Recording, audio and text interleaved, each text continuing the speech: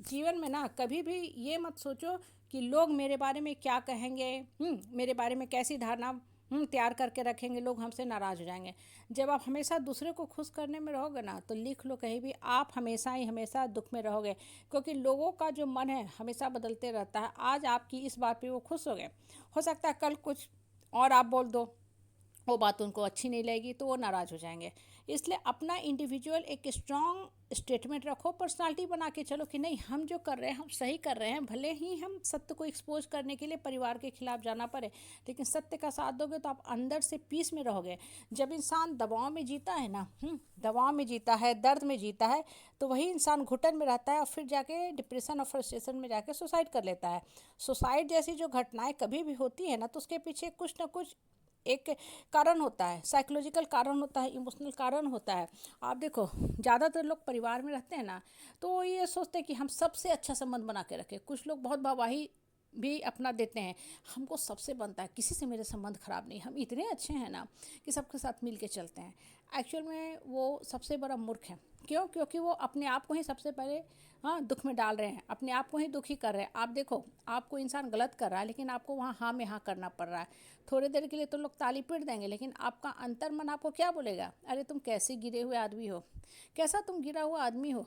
बोलते मुख से बड़ी बड़ी बातें हो धर्म कर्म की, और साथ दे रहे हो अधर्म का, यही तुम महान आदमी हो। तो आपका मन अंदर से तो परेशान रहेगा, बेचैन रहेगा, लेकिन आपको वो ताकत ही नहीं है, शक्ति ही नहीं है कि आप सत्य का साथ दे सको। आप में वो पावर नहीं है। तो आप ना चाहते हुए भी क्या कहते हो, सामने वाला के सामने झुक के रखते हो, मतलब अपनी आत्मा को आप झुका के रखते हो, दबा के रखते हो। इसलिए हमेशा सत्य बात बोलने की शक्ति रखो। लोग नाराज है उससे क्या फ़र्क पड़ता है? आपका कर्म ऊपर वाला देखता है, ऊपर वाला तो खुश है। और जो लोग सत्य का साथ देते हैं, सत्य बोलते हो ना, उनको आप देखोगे धीरे धीरे बाकी परिवार समाज के लोग भी एक्सेप्ट कर लेते हैं, जान जाते हैं कि हाँ ये आदमी सत्य बोलने वाला है। जो भी बोला है नेट पे लिखता है, सोशल मीडिया पे लिखता है, मैसेज पोस्ट करता है या वीडियो के माध्यम से बोलता है, बिल्कुल सही बोल रहा है।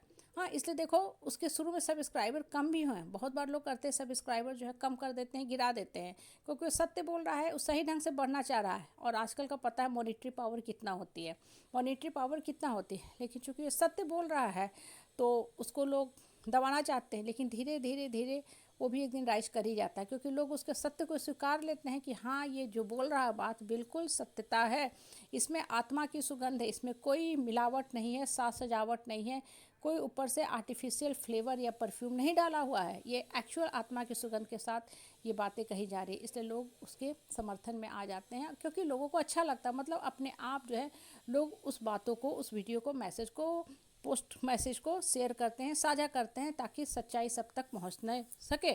और साथ के साथ जो लोग पढ़ते हैं ना, उनकी आत्मा में भी शक्ति आ जाता है। एक तरह से एक मोटिवेशन का काम करता है। जैसे मान लो कोई बच्चा फेल कर गया था या गिर गया था, जीवन में नहीं सफल हो पाया उतना, लेकिन आज वो बहुत सफल है, तो उसको आप देखोगे ज़्यादातर लोग सुनना पसंद करते हैं। ऐसा बच्चा जो गिर के उठा है ना, उसके आप देखोगे जो व्यूअर है, सब्सक्राइबर है, ज़्यादा है बनस्बत कि एक ऐसा बच्चा जो बहुत आसानी से सफलता का कदम चूम लिया। क्योंकि उसको लोग मान लेते हैं कि अरे ये तो इंटेलिजेंट था, ही सुपर इंटेलिजेंट था, इसलिए सफल हो गया। लेकिन एक दूसरा बच्चा मान लो बहुत बेचारा सफल हुआ, झटके खाए, कुछ कर्म का भी दोष रहता है, हाँ सब कुछ होते भी वो खोता गया सीट, लेकिन आज बहुत राइज कर गया, तो उसको सब लोग चर्चा करते हैं, उसकी व्यूअर की संख्या बहुत होती है।